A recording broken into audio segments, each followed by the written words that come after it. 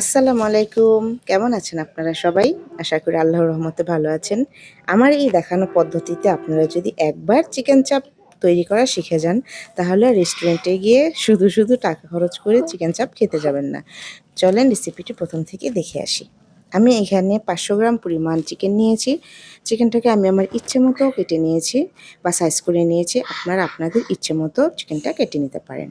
এখন আমি কিছু মশলা ব্যবহার করব। এখানে আছে বারবিকিউ মশলা, আছে জিরার গুঁড়া, লাল মরিচের গুঁড়া, আছে গোলমরিচের গুঁড়া, দিয়ে দিয়েছি আদা রসুন বাটা এবং লবণ। একদম ঘরে থাকা সামান্য উপকরণ দিয়ে কিভাবে আপনারা এই চিকেন চাপটা তৈরি করতে পারবেন, তাও আবার রেস্টুরেন্টের ফ্লেভারে, সেটা আমি এই ভিডিওতে দেখিয়ে দিব। এখানে আমি দিয়েছি ২ চা চামচ পরিমাণ টক দই। আপনারা চাইলে ঘরে থাকা লিকুইড মিল্কের সাথে লেবুর রস মিশিয়ে বাটার মিল্ক তৈরি করে ব্যবহার করতে পারেন। এখানে আমি ব্যবহার করেছি টমেটো সস এবং আমের আচার। ব্যাস, এই সামান্য কিছু ইনগ্রেডিয়েন্টস দিয়ে আমি একদম রেস্টুরেন্টের স্টাইল এবং ফ্লেভারে আজকে চিকেন চাপটা তৈরি করেছি।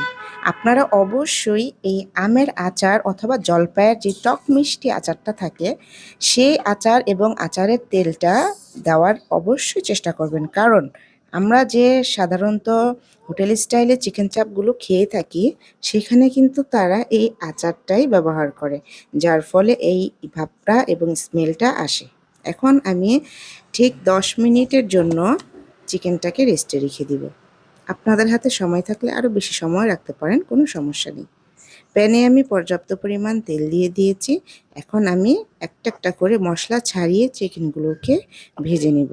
এই পর্যায়ে আমি মশলাটা চিকেনের সাথেই ব্যবহার করব না, কারণ মশলাটা আমি পরে ব্যবহার করব।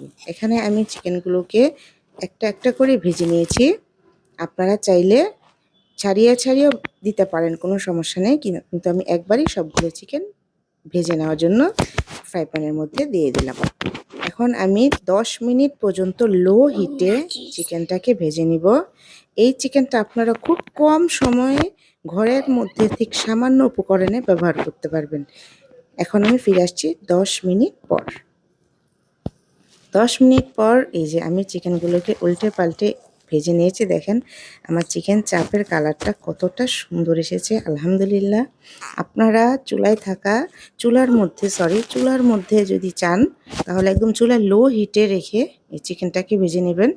কারণ চিকেন ভাজতে খুব বেশি সময় লাগে না, চিকেন ভাজতে খুব অল্প সময় লাগে। আমার চিকেনগুলো হয়ে গিয়েছে, দেখেন আলহামদুলিল্লাহ খুব সুন্দর কালার এসেছে। এখন আমি জাস্ট এই তেলের মধ্যে সেই আগে যে ম্যারিনেট করা মশলা, এই মশলাটা এখন আমি তেলের মধ্যে দিয়ে মশলাটা কিছু সময়ের জন্য একটু ভেজে নেব, যাতে করে মশলার থাকা কাঁচা স্মেলটা যেন চলে যায়। এখন এই পর্যায়ে আমি ব্যবহার করব বেশ কিছু পেঁয়াজ কুচি। পেঁয়াজ কুচিটা আমি এই পর্যায়ে ব্যবহার করেছি, কিন্তু কাঁচামরিচটা কিন্তু এখন দেওয়া যাবে না। অবশ্যই কাঁচামরিচটা ব্যবহার করতে হবে সবার শেষে, কারণ কাঁচামরিচ এবং আচারের যে স্মেলটা, এটাই চিকেন চাপের আসল স্মেল, যেটা আমরা হোটেলে খেয়ে থাকি বা রেস্টুরেন্টে খেয়ে থাকি। এখন আমি প্রায় ১০ মিনিট পর্যন্ত এই মশলার সাথে পেঁয়াজটাকে আমি ভালো মতো ভেজে নিয়েছি। এই পর্যায়ে আমি আমার সেই ভেজে রাখা চিকেন চাপগুলো মশলার মধ্যে অ্যাড করে দিলাম। দিয়ে আমি ৫ থেকে ৬ মিনিট পর্যন্ত এই মশলাটার সাথে চিকেনটাকে খুব ভালো মতো করে ভেজে নিব। খুব ভালো মতো করে ভাজা হওয়ার পর আমি শেষে কাঁচামরিচটা ব্যবহার করব। আপনারা অবশ্যই কাঁচামরিচটা শেষে দেওয়ার চেষ্টা করবেন। যদি প্রথমে দিয়ে দেন, তাহলে কিন্তু ভালো ফ্লেভার একদমই পাবেন না। এখন আমি এই পর্যায়ে কাঁচামরিচগুলো দিয়ে জাস্ট ২ থেকে ১ মিনিটের মতো রেখেছিলাম চুলায়। তারপরে আমি এখন চিকেন চাপগুলোকে নামিয়ে ফেলেছিলাম।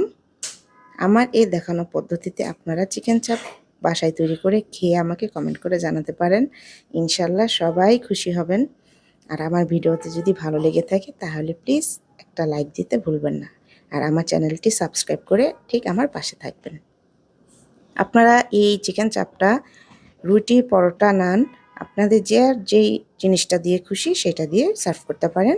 আমি তন্দুর রুটি বানিয়েছিলাম ঘরে নিজের হাতে। আমি সেই রুটি দিয়েই সার্ভ করেছিলাম। একটা আপনাদেরকে ভেজে দেখাচ্ছি কেমন হয়েছে। আপনারা যদি আমার হাতের নান রুটি বা তন্দুর রুটি রেসিপি দেখতে চান, তাহলে আমাকে কমেন্ট করে জানাতে পারেন। আমি এই নান রুটিটা ঘরেই তৈরি করেছিলাম, তাই আপনাদের সাথে একটা ভেজে শেয়ার করলাম। আমি এই চাপটা আমি আমার হাতের তৈরি এই নান রুটি দিয়ে সার্ভ করেছিলাম। এখন আমি আপনাদেরকে সার্ভ করে দেখাচ্ছি আমার চিকেন চাপের এই যে ফাইনাল লুকটা। আলহামদুলিল্লাহ কোনো অংশে রেস্টুরেন্টের থেকে কম মনে হচ্ছে না এবং খেতেও একদম হুবহু রেস্টুরেন্টের মতোই হয়েছিল। কারণ আমি যে মানে ইনগ্রেডিয়েন্টসগুলো ব্যবহার করেছি সেগুলো হোটেল স্টাইলে বা রেস্টুরেন্ট স্টাইলে তারাও ব্যবহার করে থাকে।